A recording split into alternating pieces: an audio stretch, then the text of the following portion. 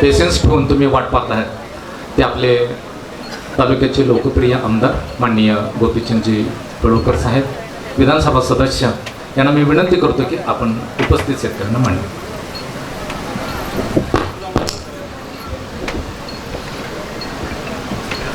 आज जत येथे महाराष्ट्र शासन कृषी विभागाच्या माध्यमातून आयोजित केलेले सांगली जिल्हा कृषी महोत्सव 2026 या कृषी महोत्सवाचं उद्घाटन आज आपल्या सर्वांच्या उपस्थितीमध्ये होत आहे. या कार्यक्रमासाठी उपस्थित माननीय अजित कुमार नष्टे साहेब, प्रांत अधिकारी जत, माननीय प्रवीणजी धानोरकर, तहसीलदार जत,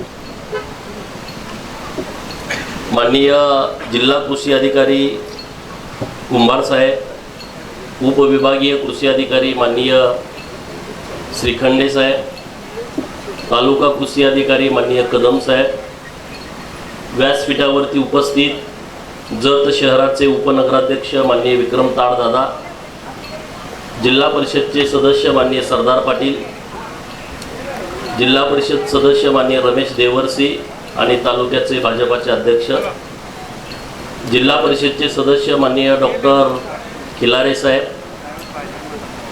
जिल्हा परिषदच्या सदस्य डॉक्टर जीवानवर मॅडम, व्यासपीठावरती उपस्थित जिल्हा परिषदच्या सदस्या प्राध्यापिका माननीय संघच्या कविता किरण पाटील मॅडम, व्यासपीठावरती उपस्थित पंचायत समितीचे सदस्य माननीय सचिन बोराडे, माननीय प्रमोद सावंत, माननीय आपले संघचे पंचायत समिती सदस्य आहेत आपले बेडगे साहेब आहेत, व्यासपीठावरती उपस्थित डॉक्टर वीणा कंगडी मॅडम, नगरसेविका सोनुले मॅडम, माननीय मिथुन भिसे, माननीय आमचे मित्र विकास माने, माननीय प्रमोद हिरवे, आमचे भाजपाचे नेते आणि नगरसेवक माननीय परशुराम भैया मोरे, माननीय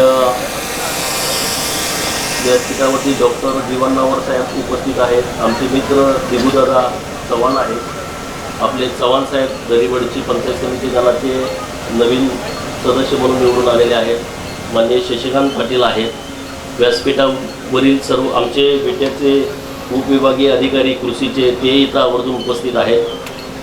व्यासपीठासमोरही अनेक मान्यवर आहेत, माननीय संजीव सावंत साहेब आत्ताच उपस्थित आहेत, माननीय अण्णा भिसे, अतुल मोरे, माननीय श्रीमंत तांबे, झेडपी काका जीवननावर, भैरप्पा मासाळ साहेब, माननीय बेडगे साहेब, माननीय शेंडगे दादा, माननीय सरपंच रामपूरचे पवार साहेब, असे अनेक मान्यवर आमच्या लेंगरेताई सरपंच इथे उपस्थित आहेत. सुनील भैया आलेले आहेत, माननीय विजय रुपनर पंचायत समितीचे सदस्य, पत्रकार मित्र आणि सर्व विभागातून आलेले शेतकरी, जिल्ह्यातून आलेले शेतकरी, आपले सौदे साहेब आहेत, माननीय विक्रम ढोणे आहेत, बरीच मान्यवर मंडळी आहेत. तर मी सर्वप्रथम कृषी विभागाचं मनपूर्वक अभिनंदन करेन, आभार व्यक्त करेन की त्यांनी जिल्हा कृषी महोत्सव हा जतला घेण्याचा निर्णय घेतला, त्याबद्दल मी त्यांचं मनापासून आभार व्यक्त करतो. या कृषी महोत्सवाच्या निमित्तानं कृषी प्रदर्शन पण आयोजित केलेलं आहे आणि अनेक स्टॉल्स इथं आलेले आहेत. त्या सर्व स्टॉल्स धारकांचं मी जत विधानसभा मतदारसंघामध्ये मनपूर्वक स्वागत करतो, त्यांचंही मनापासून आभार व्यक्त करतो की त्यांच्या येण्यामुळं हे कृषी प्रदर्शन अत्यंत भारदस्त झालेलं आहे आणि त्यांच्या माध्यमातून आमच्या तालुक्यातल्या शेतकऱ्यांना जे शेतीवरती वेगवेगळे प्रयोग करू इच्छित आहेत अशा सर्व शेतकऱ्यांना मार्गदर्शन मिळणार आहे. तर त्यांचंही मी मनापासून आभार व्यक्त करतो. ज्यांना पुरस्कार मिळाले तालुक्याचे, जिल्ह्याचे, राज्याचे, त्या सर्व शेतकऱ्यांचं आपण जोरदार टाळ्या वाजवून अभिनंदन करूया.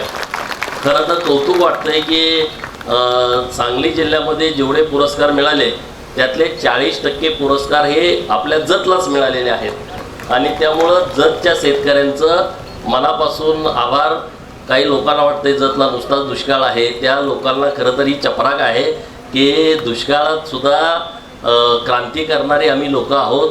प्रतिकूल परिस्थितीमध्ये काम कसं करावं हे माझ्या जत विधानसभा मतदारसंघातल्या शेतकऱ्यांच्याकडून लोकांनी शिकावं.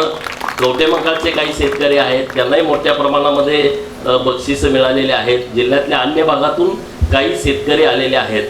निसर्गसुद्धा कायम कोपलेला असतो, परंतु हार न मानता जत तालुक्यातला शेतकरी हा सातत्यानं मेहनत घेतोय, सातत्यानं वेगवेगळे प्रयोग करतोय.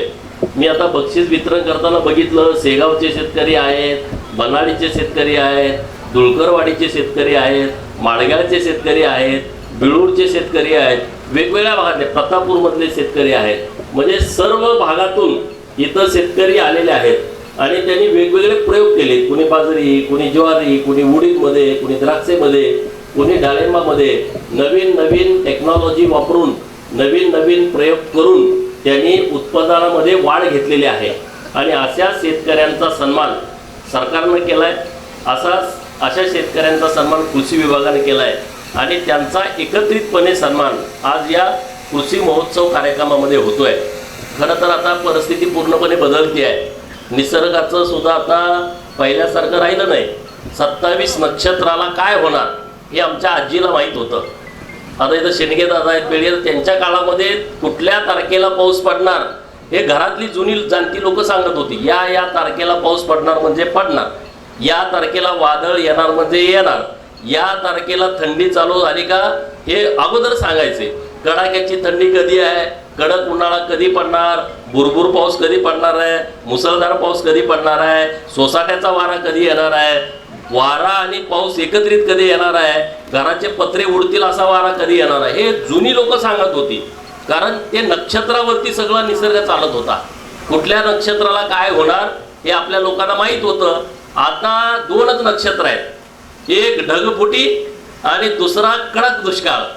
दुसरा आता नक्षत्र शिल्लक राहिलं नाही, 2च नक्षत्र. एकदा पडला तर सलग पाऊस. आता किती दिवस पाऊस सुरू होता? 6-7 महिने पाऊसच सुरू होता. परवा पण मागच्या आठवड्यात पण पाऊस पडला. म्हणजे इतकं प्रचंड नुकसान, मोठ्या प्रमाणात पाऊस जास्त पडल्यानं होतंय. नाहीतर मग सलग 3 वर्ष, आता तज्ञ लोक सांगतायत की आता सलग 3 वर्ष पाऊसच पडणार नाही. म्हणजे आता पिण्याचं पाणी राखून ठेवायची वेळ आली आहे. शेतीचं पाणी राहिलं बाजूला, पिण्याचं पाणी पुढचं 2 वर्ष कसं टिकेल याचा सरकार विचार करतंय. कारण निसर्गाचा असमतोल झालाय. प्रचंड प्रमाणात औद्योगिकरण झालं, प्रचंड प्रमाणात डेव्हलपमेंट झाली, वाहनं, कारखाने, आणि त्यामुळं निसर्गाचा समतोल बिघडतोय. म्हणजे काल माझ्याबरोबर पाशा पटेल साहेब होते मुंबईतून, आम्ही दोघं एकत्रित आलो आणि त्यांना टाइम्स ऑफ इंडियाचा फोन आला होता. त्यांना ते मुलाखत देत होते. म्हणजे 450 ppm, म्हणजे जसं आपण दूध लिटरमध्ये मोजतोय, पाणी लिटरमध्ये मोजतोय, पेट्रोल लिटरमध्ये मोजतोय, शेंगदाणे किलोमध्ये मोजतोय, सोनं ग्राममध्ये मोजतोय. आता आपण घेऊ शकत नाही ग्राममध्ये, पण तशी परिस्थिती आहे. तर तशा पद्धतीनं वातावरणामध्ये कुठले कंटेंट आहेत ते ppm मध्ये मोजले जातात. आणि आता 420 ppm आता परिस्थिती आहे. 450 जेव्हा होईल तेव्हा मानवजात या जगात शिल्लक राहणार नाही, असं ते मुलाखत काल देत होते. आणि 450 ppm वातावरणाची परिस्थिती 2050 ला होऊ शकते. अशी परिस्थिती आता जगाची आहे. असे आता तर तिकडे युद्ध सुरू झालंय. रोज क्षेपणास्त्र, कोण म्हणते अणुबॉम्ब टाकणार, कोण मग तर सगळं पेटच होईल, काय राहणारच नाही, अशी परिस्थिती झालेली आहे. आणि म्हणून आपण काय करायचं आहे तर आपण जत मध्ये तर आपण ठरवू शकतो ना. जत मध्ये मोठ्या प्रमाणामध्ये वृक्ष लागवड झाली पाहिजे, झाडांची लागण झाली पाहिजे आणि त्याचं जतन झालं पाहिजे. आपण खरं तर भाग्यवान, आपल्या जत मध्ये सगळ्यात जास्त फॉरेस्टची जमीन जिल्ह्यामध्ये आहे, आपल्या जत मध्ये आहे. आणि आपण मग काहीतरी नव्यानं प्रयोग हे करण्याची आवश्यकता आहे. प्रत्येकाने ठरवलं पाहिजे बाबा मी एक 10 झाडं लावेन, जगवेन, अशी परिस्थिती आपल्याला करावी लागेल. कृषीच्या संदर्भामध्ये AI तंत्रज्ञान आता राज्य सरकारनं अंमलात आणायचं ठरवलंय. पुढचे 5 वर्ष, मला वाटतं 2026 to 2031 पर्यंत हे फक्त AI तंत्रज्ञानावरती सरकार भर देणार आहे. कृत्रिम बुद्धिमत्ता, म्हणजे आता आम्हाला एका स्टॉलवरती दाखवलं की पुढच्या 8 दिवसात कुठला, हे समोर स्टॉल आहे आणि ते जे यंत्र लावले, जरा बाजूला, ते जे यंत्र उभा केलंय ते 80 एकरामध्ये एक यंत्र लावलं पुढच्या 10 दिवसात कुठला रोग आपल्या पिकावरती येणार आहे ते अगोदरच तुमच्या मोबाईलवरती सांगणार आहे. मग आता सांगा, आपण तर एवढे हुशार शेतकरी नाही, म्हणजे तुम्ही आहे ज्यांना बक्षिसं मिळाली. आता आमची पण शेती आहे, पण आम्ही काय गंड शेतकरी आहोत, हुशार नाही आम्ही. आमच्या आईला कळतंय कधी पेरणी करायची, माझ्या आजीला कळतंय, म्हणजे तुमच्या सगळ्यांच्यात नवीन शेतकऱ्याला कळत नाही. हे आपण मान्य केलंच पाहिजे. कुठल्या तारखेला बाजरी पेरायची, कुठल्या तारखेला ज्वारी पेरायची, कुठल्या तारखेला गहू पेरायची सांगावं मला नवीन पोराने. नाही माहित त्यांना. शेजारचा पेरायला लागला, ट्रॅक्टरवाला म्हणतोय पेरण्यात चालू आहे, चला पेरलं पाहिजे. त्याला कुठला वाण वापरावा नाही. आपण आपलं शेती करायची म्हणून करतोय. 5%, 3% शेतकरी हे मन लावून शेती करतायत. बाकीचे शेतकरी शेती आहे म्हणून करायची म्हणून करतोय. आता मी पण शेतकरी आहे ना, मला माहित आहे. आमच्या शेतात अजून बाजरी पण आली नाही. 50 एकर शेती आम्ही झऱ्यात घेतली. काय नाही, आमची आई शेती पडळकरवाडीत करते म्हणून आम्ही चपाती खातोय, नाहीतर करू शकत नाही. मोठेपणा आमची शेती आहे, आमचा आंबा आहे, आमची द्राक्षे आहे, आमची डाळिंब आहे. फक्त दाखवण्यापुरतं. आउटपुट काय आहे? आउटपुट नाही आहे. मोजक्या बोटावर मोजण्या इतके शेतकरी आहेत की जे द्राक्षेमध्ये सक्सेस आहेत. मोजके बोटावरती मोजण्या इतके शेतकरी आहेत जे डाळिंबमध्ये सक्सेस आहेत. मोजके शेतकरी आहेत जे ऊसामध्ये सक्सेस आहेत. बाकी शेतकरी काय नुसत्या पाट्या टाकायच्या, तिकडं पेरते मग आम्ही पेरायचं, पेरलं का काढायला जायचं, त्याला कोळवायचं कधी, पेरायचं कधी, कोळपण कधी करायची, औषध काहीच माहित नाही. आता मकेवर पण औषध आलं ह्या 2-4 वर्षामध्ये. अगोदर कुठं होतं? मकेवरती औषध नव्हतं. आता मकेवरती पण 2-3 फवारण्या केल्या तरच मका येते. म्हणजे आता कुठलं पीक राहिलं नाही की ज्याच्यावरती औषध मारलं नाही. मागच्या 2 महिन्यापूर्वी राज्याचे राज्यपाल माननीय महोदयांनी आमच्या एक आमदारांची कार्यशाळा राजभवनावरती ठेवली होती, ज्याला आता आपण लोकभवन म्हणतोय. राजभवन नाव बदललं मोदी साहेबांनी, लोकभवन केलंय. तर सगळ्या आमदारांना बोलावलं होतं. आता सेंद्रिय शेतीचे स्टॉल पण मी बघितले.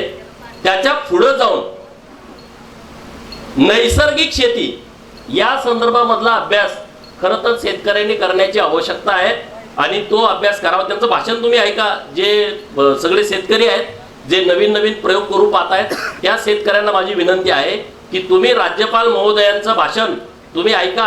युट्यूबवरती असेल. माननीय मुख्यमंत्री महोदय, उपमुख्यमंत्री महोदय त्या कार्यक्रमाला होते.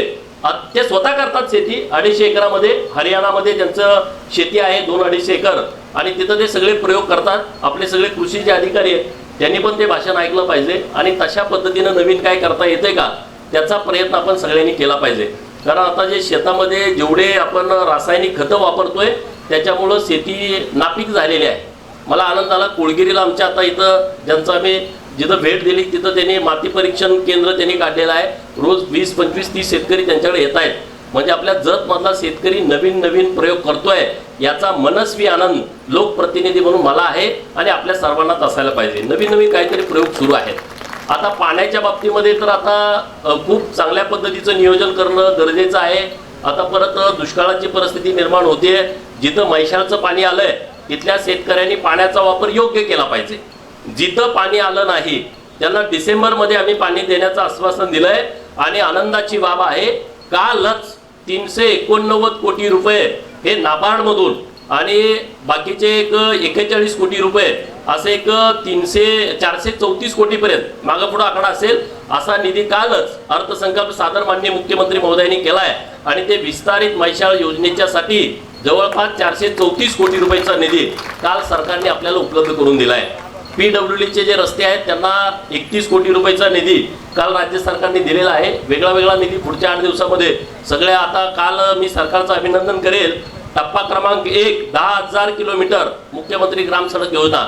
टप्पा क्रमांक 2 7,000 किलोमीटर मुख्यमंत्री ग्राम सडक योजना आणि मुख्यमंत्री ग्राम सडक योजना टप्पा क्रमांक 3 माननीय मुख्यमंत्री महोदयांनी काल घोषित केलाय 23,000 किलोमीटरचा. 23,000 किलोमीटर म्हटल्यानंतर तुम्ही अंदाज घ्या. शहरी मतदारसंघ वगळून टाका. म्हणजे आता सुधीर दादा शहराचे आमदार आहेत. असे महाराष्ट्रात मुंबईचे, पुण्याचे, पिंपरी चिंचवडचे, नागपूरचे, महानगरपालिका 27 जे आहेत त्या ठिकाणचे म्हणजे शहरी मतदारसंघ आहेत. तिथं ग्रामीण मुख्यमंत्री सडक योजना लागू नये. तर मग राहिले मतदारसंघ किती बघा आणि त्याला भागिले करा 23,000ला. म्हणजे किमान 100-125 किलोमीटरचे रस्ते आपले पुढच्या महिन्याभरात जतमध्ये होतील अशी परिस्थिती आहे. पवार साहेब म्हणजे आपल्याला रस्ते पाहिजेत. आता तुमच्याच ग्रामपंचायतचा विषय आहे. मधला रस्ता कशात ना करणार तुम्ही? मुख्यमंत्री सडकमधूनच आपण करू शकतो गाडगे वस्तीचा रस्ता, दुसरा मार्ग नाही आपल्याकडं. आणि म्हणून आता मी तर आता सगळ्या अधिकाऱ्यांना बोलून घेतलं. हे दोन आमचे खास मित्र आहेत, समोरचे पत्रकार मित्र, त्यांना सांगतोय की आता आम्ही सगळ्या अधिकाऱ्यांना बोलवतोय. मुख्यमंत्री सडकमध्ये जेवढे रस्ते आहेत तेवढे ठीक नसतील ते सगळे रस्ते आम्ही त्यामध्ये आता राहिलेले घालून घेणार आहे, त्या आराखड्यात घालून घेणार आहे, म्हणजे रस्ते पण होतील.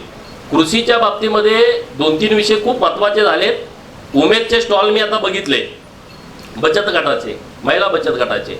आणि काल आपल्या सरकारनं अर्थसंकल्पामध्ये 13 जिल्ह्यामध्ये 13 उमेदचे मॉल करण्याचा क्रांतिकारी निर्णय घेतलाय. म्हणजे महिला बचत गटाच्या महिला त्या मॉलमध्ये विक्री करू शकतात. त्यांना भाडं असणार नाही, त्यांना काही अडचण नाही, एकदम मॉल. जसे आता आपण शहरामध्ये जेव्हा खरेदीसाठी जातो, शॉपिंगसाठी त्या मॉलमध्ये जातो, अशा दर्जाचे मॉल, किमान 10 कोटी रुपयाचा आकडा मागे पुढे असेल तर मला पकडू नका परत. 13 मॉलला काल मान्यता दिलेली आहे. म्हणजे आपल्या सरकारची भूमिका अशी ठरते, महिला बचत गटांना त्यांना विक्री करण्यासाठी एक मार्केटिंगसाठी एक त्यांचं स्वतःचं ठिकाण असलं पाहिजे.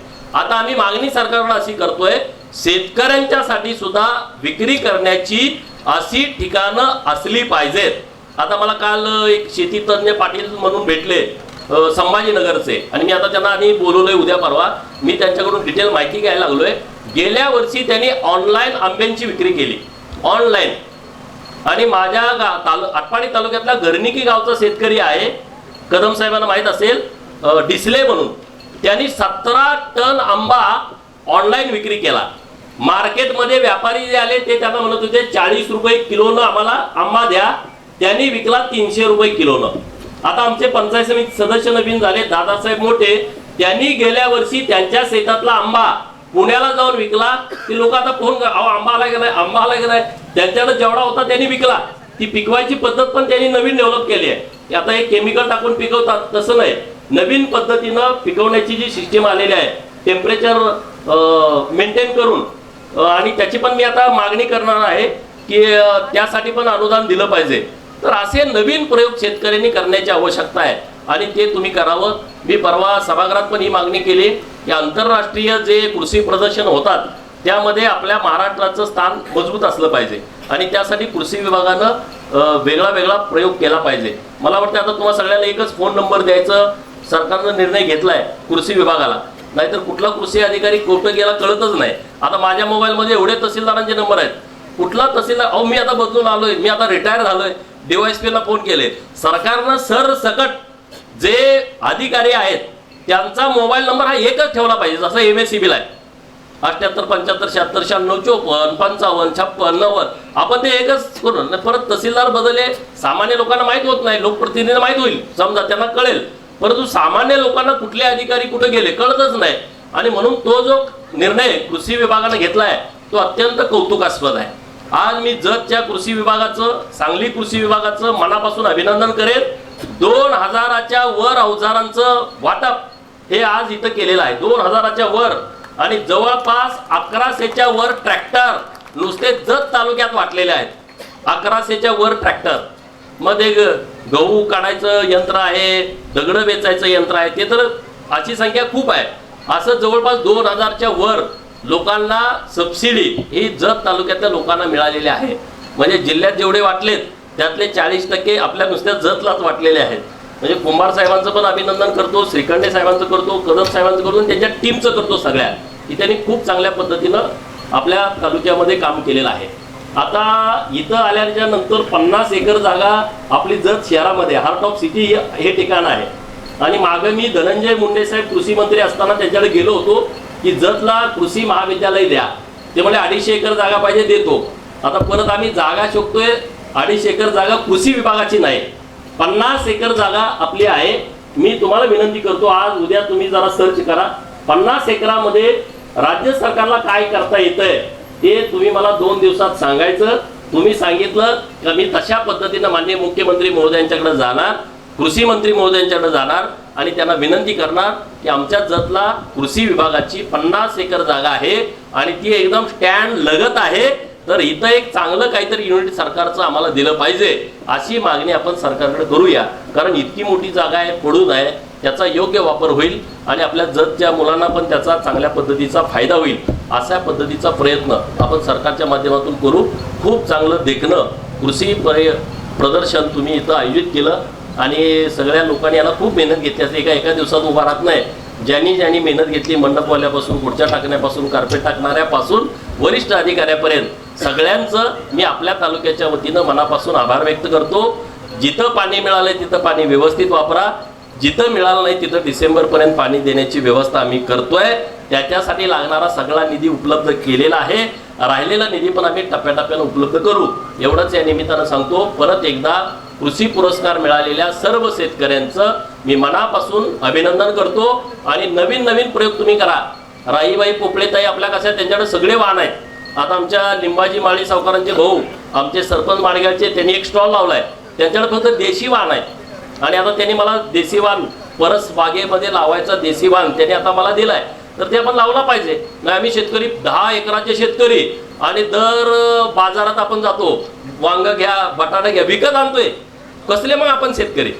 आम्ही शेतकरी आहे आणि 1 एकराचा शेतकरी आहे तर त्यांना बाजारला भाजीपाला घ्यायला गेलंच नाही पाहिजे.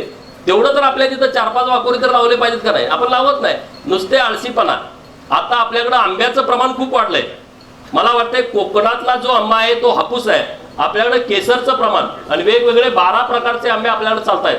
आंब्याच्या जाती मी परवा विचारते म्हणजे 2700 जाती आहेत. मला एवढ्या काही लक्षात राहायच्या नाही, जेवढ्या आहेत तेवढ्या सांगा. तर आपल्याकडे केसरचं प्रमाण खूप वाढलंय आणि शेतकऱ्यांचं कौतुक आहे. 4-5 आंबे तर ते आता दारात लावायला लागलेत. म्हणजे कुठल्या सीझनला कुठं जाण्याची आवश्यकता. आता इथं आम्हाला शेगावचे नर्सरीवाले भेटले. ते म्हणले एका रोपावरती आम्ही 22 वेगवेगळी कलमं लावलेत. एकाच रोपावरती 22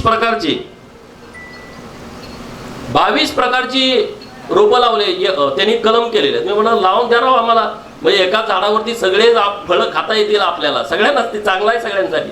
परत कुठं शोधायची गरजच नाही. काल माननीय मुख्यमंत्री महोदयांनी शेतकऱ्यांचं लक्ष लागलं होतं. कृषी कर्जमाफी कधी होते. काल जे शेतकरी सप्टेंबर 2025 ला थकीत आहेत अशा सगळ्या शेतकऱ्यांना 2 लाखाची कर्जमाफी काल घोषित केलेली आहे. जे रेग्युलर शेतकरी कर्ज भरतायत त्यांच्यासाठी 50,000 रुपयाचं प्रोत्साहन अनुदान घोषित केलं आहे. मी माननीय मुख्यमंत्री महोदयांचं महाराष्ट्रातल्या शेतकऱ्यांच्या वतीनं मनापासून आभार व्यक्त करतो, अभिनंदन करतो की शेतकऱ्यांच्यासाठी त्यांनी खूप चांगला निर्णय केला. याच्या पुढे जाऊन धन्यवाद मी मुख्यमंत्री महोदयांना देतोय. या कर्जमाफी योजनेला पुण्यश्लोक अहिल्यादेवी होळकर कर्जमाफी योजना नाव दिलं त्याबद्दल मी त्यांचं मनापासून आभार व्यक्त करतो. कारण अहिल्यादेवींनी शेतकऱ्यांच्यासाठी खूप काम केलं होतं. 7/12 जी आहे ही 7/12 संकल्पना ही अहिल्यादेवीच्या सरकारमधली आहे. ही काय कुठल्या सरकारनं नवीन केलेली नाही आहे. या अहिल्यादेवींच्या राज्यकारभारामध्ये 7/12 पद्धत होती. म्हणजे काही झाडं त्या शेतकऱ्यांना द्यायच्या, 12 झाडं त्या शेतकऱ्यांना द्यायच्या. त्यातल्या 7 झाडाचं त्यांच्याकडे ठेवून द्यायचं आणि 5 झाडाचं जे उत्पन्न येईल ते अहिल्यादेवींच्या सरकारकडे जमा करायचं. म्हणजे ते 7/12 असं ते नाव 7/12चं अहिल्यादेवींच्या राज्यकारभारापासून पडलं होतं. अहिल्यादेवींची हे त्रिशताब्दी जयंतीचं वर्ष आहे. मुख्यमंत्री महोदयांनी खूप काम केलं, कार्यक्रम केले. नरेंद्र मोदी साहेबांनी खूप कार्यक्रम केले. आता तर सर्व कर्जमाफीच ही अहिल्यादेवींच्या नावानं विक्रमदादा दिलेले आहे. त्यामुळं तुम्ही सुद्धा कौतुक केलं पाहिजे. तुमचा सुद्धा उपद्रव्य मूल्य कृषी विभागाला आहे, त्याशिवाय ते शोधून तुमचा सत्कार केला नाही. असं उपद्रव्य मूल्य लागतो, त्याशिवाय माणसाला किंमत कळत नाही. तुम्ही तिकडे मागे बसलो, तुम्हाला शोधून स्टेजवरती बोलवलं.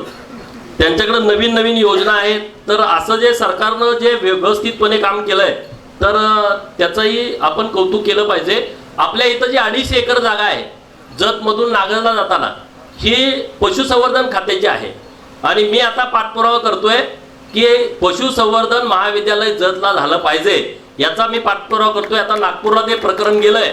मला ते सचिव म्हणले विभागात 1च काढायचं ठरलंय. आणि म्हणलं विभागात 1 काढायचं ठरलंय, ठीक आहे. मग अगोदर आमचं शिरूरला होतं सातारा जिल्ह्यामध्ये, आता तुम्ही बारामतीला प्रस्तावित केलंय. एका विभागात तुम्ही 2 प्रस्तावित केले, 3रं करा ना म्हणलं जतला. आणि म्हणून मी आता तशा पद्धतीचा प्रयत्न करतोय. विभागात 1 ही आता मान्य नाही. विभागात आमचं 3रं झाला पाहिजे. परत कुठं अट्ट लावायची लावा. आणि म्हणून आता मुख्यमंत्री महोदयांनी पण निर्देश दिलेले आहेत आणि तशा पद्धतीचा प्रयत्न आम्ही आता करतोय. म्हणजे हे तुम्हाला सगळ्यांना माहिती असावं. परत एकदा कृषी विभागाचं मनापासून आभार व्यक्त करतो. खरं तर म्हटलं जायचं, उद्घाटन करायचं, निघून जायचं असं म्हणून आम्ही कार्यक्रमाला आलो होतो. कारण आज तिकडं राजस्व अभियान कार्यक्रम सुरू आहे टपळापूरला आणि दुसरा कार्यक्रम दुपारी माडगाळला आहे आणि तिथंही लोक खूप थांबलेले आहेत. परंतु पहिल्याच दिवशी मला कुंभार साहेब म्हणले उद्घाटनाच्या दिवशी एवढी लोक येत नाहीत. अहो म्हणजे जत आहे, जतमध्ये जे कुठं काय घडत नाही ते जतमध्ये घडतं. जतच्या लोकांमध्ये उत्साह खूप आहे. जतची लोक प्रयोगशील आहेत, वेगवेगळा प्रयोग करण्यामध्ये लोक मास्टर आहेत आणि त्यामुळं पहिल्या दिवशी इतक्या मोठ्या संख्येनं तुम्ही या कार्यक्रमासाठी उपस्थित राहिला त्याबद्दल मी तुमचं मनापासून अभिनंदन करतो. आमच्या सहकारी पार्टीचे मित्र पण उपस्थित आहेत. म्हणजे राजकारण विरहित म्हणजे प्रमोद सावंत आहेत, आमचे विकास माने मित्र आहेत, विक्रम डोणे साहेब आहेत, अन्य सगळे चव्हाण साहेब नवीन सदस्य निवडून आलेत. वर या तुम्ही, या की वर नगरसेवक दादाब साहेब. तर असे सगळे राजकारण विरहित आपल्याला तालुक्याचं कल्याण करण्याच्या दृष्टिकोनातून मतदान झालं. आता मतदान आता 2029ला आहे, तोपर्यंत आता कुठलंच मतदान नाही. ग्रामपंचायतचं मतदान तेवढं असेल आणि सोसायटीचं. आधीमध्ये आता कुठली निवडणूक नाही. जिल्हा परिषदेची पण निवडणूक आता 26ला झाली आहे, म्हणजे आता ती 31ला होणार आहे. त्यामुळे आता कुठलीच निवडणूक नाही. त्यामुळं तालुक्यामध्ये जे चांगलं करता येईल त्यासाठी आपण सगळेजण एकमेकाच्या हातात हात घालून काम करूया आणि नवीन नवीन जे अधिकारी आपल्याकडे येत आहेत, नवीन नवीन प्रयोग करतायत, त्या अधिकाऱ्यांना आपण पाठबळ देऊया. जिथं कुठं चुकेल तिथं त्यांना विचारू, पण जिथं चांगलं करतायत तिथं त्यांना आपण पाठबळ देऊया. कृषी विभागाला विनंती करतो, सामाजिक वनीकरणला विनंती करतो की तुम्ही झाडं लावायचा जो कार्यक्रम आहे तो हातामध्ये घेतला पाहिजे. मोठ्या प्रमाणामध्ये बांबू लागवडीसाठी 4,500 कोटी रुपये सरकारनं दिलेले आहेत आणि मला वाटते 50,000 कोटीची वेगवेगळी इन्व्हेस्टमेंट ही फक्त बांबूच्या संदर्भात येणार आहे.